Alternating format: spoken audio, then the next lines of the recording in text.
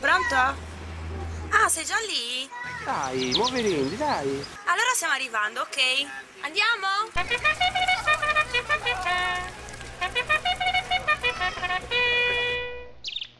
Domani più puntuali, per cortesia. Allora, vi spiego in breve il messaggio del nostro corto. Il professor Alziator diceva che per conoscere bene Cagliari bisogna camminare con la testa all'insù e non guardarsi la punta dei piedi. Questo è sicuramente vero, però si può correre un rischio che la stessa amministrazione comunale ha cercato di eliminare con particolari cartelli stradali.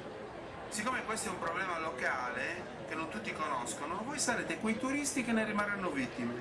Il finale è una sorpresa. Adesso diamo il via alle prove.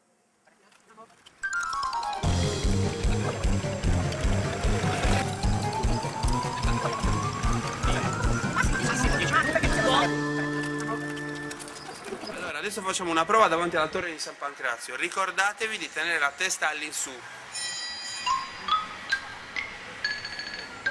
No, un po' più su. Ancora più su. Più su, ancora un po'.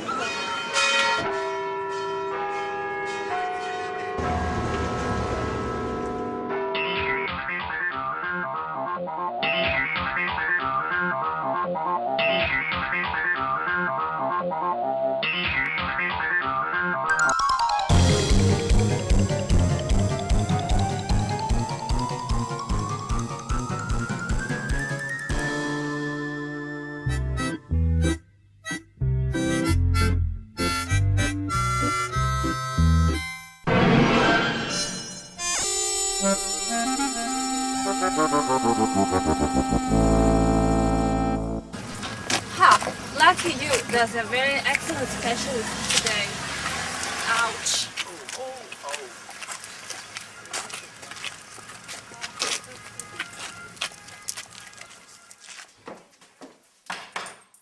Sì, avanti. Dottore, è arrivato un altro gruppo di turisti con la cervicale calaritana. Bene, bene, li faccio entrare. Please.